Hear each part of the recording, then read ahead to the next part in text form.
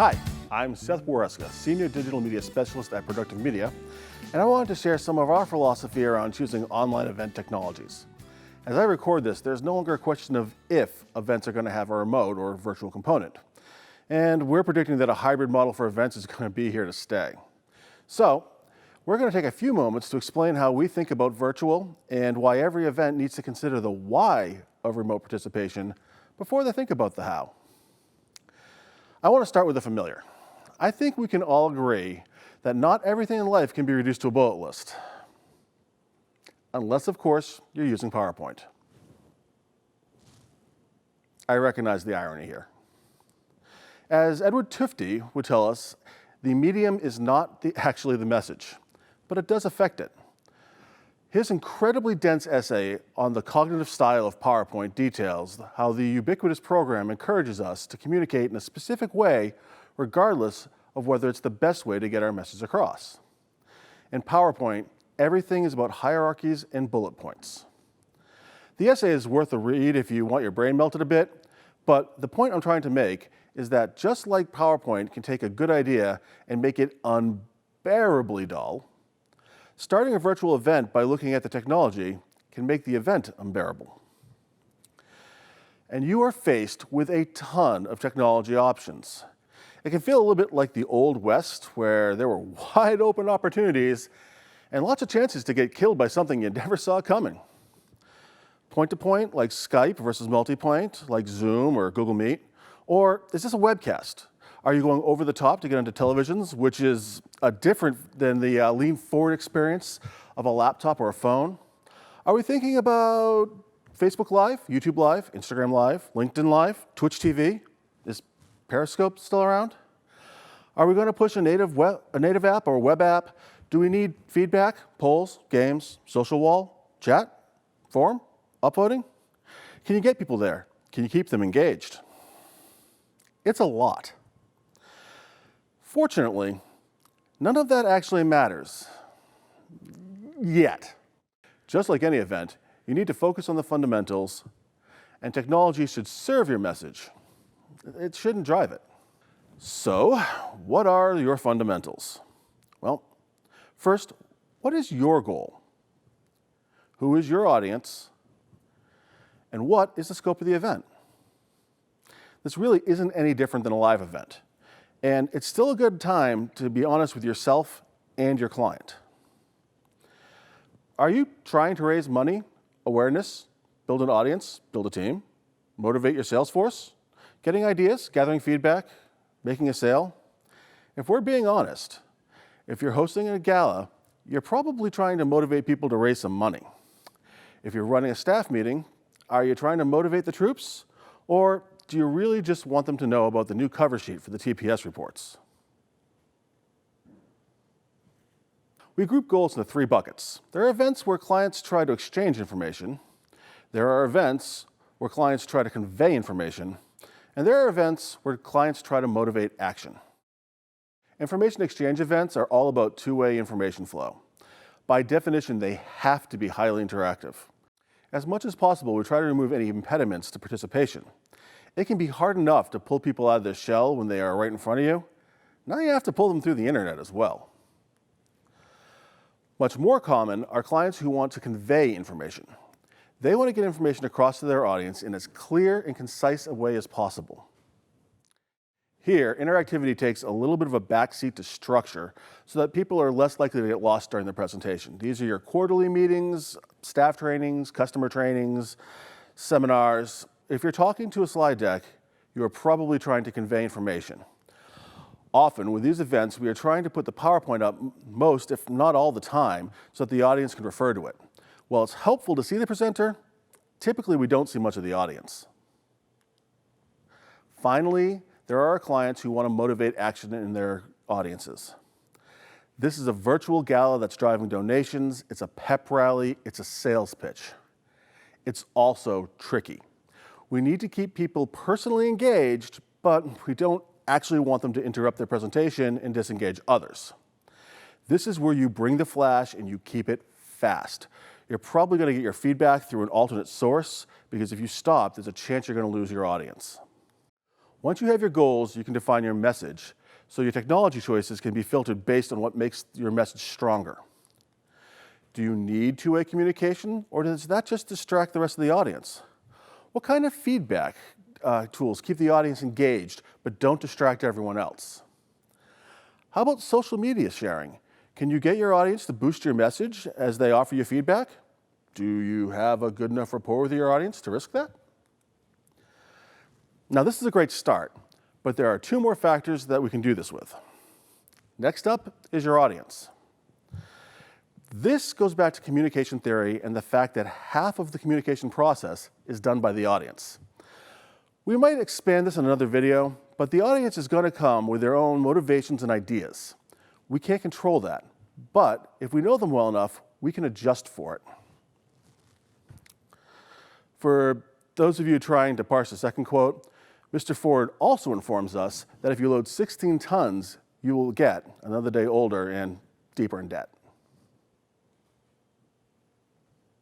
Another list of three. We find that audiences tend to be either social, educational, or inspirational in nature. You'll probably notice that there is some correlation to the earlier presenter goals, and this is not a surprise. There has to be some crossover, or our audiences won't sit through any presentation. So presenters have always naturally found goals that will at least somewhat serve the audience. This is why some people get away with starting by choosing a technology platform. That said, there are plenty of times when you will need to convey information to an inspirational audience or motivate a social audience. And if you don't consider that matchup when you're choosing your technology, it's easy to miss. So, on to the types of audience. Just as you'd expect, a social audience will probably know each other. You won't have to force them into talking, and they'll mostly be able to tell when it's time to stop talking. In a pinch, it is possible to turn a group of strangers into a social audience, but the group can't be too big, and you're going to need someone to facilitate, at least at the start, to get them talking. You might have to resort to icebreakers. Next, we find an educational audience. These are people who won't necessarily know each other, but will have a shared interest, hopefully in what the presentation's about. The shared interest doesn't have to be natural. It can be an outside requirement, like a work responsibility. It just has to be there to keep them engaged. Finally, you have inspirational audiences, and by that we mean audiences that we need to inspire. Although I'm sure many of your audiences are amazing. This audience may only have a passing interest, and they're not obligated to listen to your message. It's our job to keep them engaged. They are the most challenging audience by far. This is where entertainment, gimmicks, special access all start to become viable options. You may have to give them a reason to stay, and you can't give them a reason to bail out. Okay, scope. There used to be technological limits to the size of virtual meetings and what was even available, and technology is continuing to improve. Some platforms even suggest that you can put up to 1,000 attendees in a meeting all on the same level. But just like in the physical world, audience size affects how you'll give your message. For consistency, we break this into three only somewhat arbitrary categories.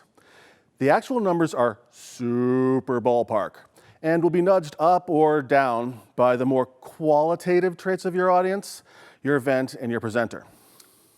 Take these with a grain of salt, but let's talk about what size does to your event. Under 25 people is great for real, unfiltered interaction. This is one grid of Zoom, and not too much for Google Meet. People will generally take care of themselves once the meeting is rolling. Just think about any of our virtual social gatherings that were all the rage in the last couple of months. 25 to 150 people, there can still be some interaction, but you'll get some people clamming up and others who want to drive the agenda. And a lot is going to depend on how much control over the room your presenter has. Interaction can quickly turn sour here, and you'll want some type of a plan to moderate it. Over 150 people in real interaction is super tricky. Cognitive load will keep people from considering the group as a whole. If topics can get raised ad hoc, there's basically no way to keep the meeting on track, and your quiet people are going to be bored to tears. Have you ever sat through a town hall meeting or any public comment meeting? It can go worse than that because even they have a rule about when to turn off the microphone. You just need to have a plan in place. If you do feel the need of interactivity at a large scale, you can always take a tiered approach. You choose a group of people to interact, and everyone else is in a more passive role. You do need to have feedback in place, otherwise they'll find your own, and that can be even worse. That said, feedback can be as simple as just an email address.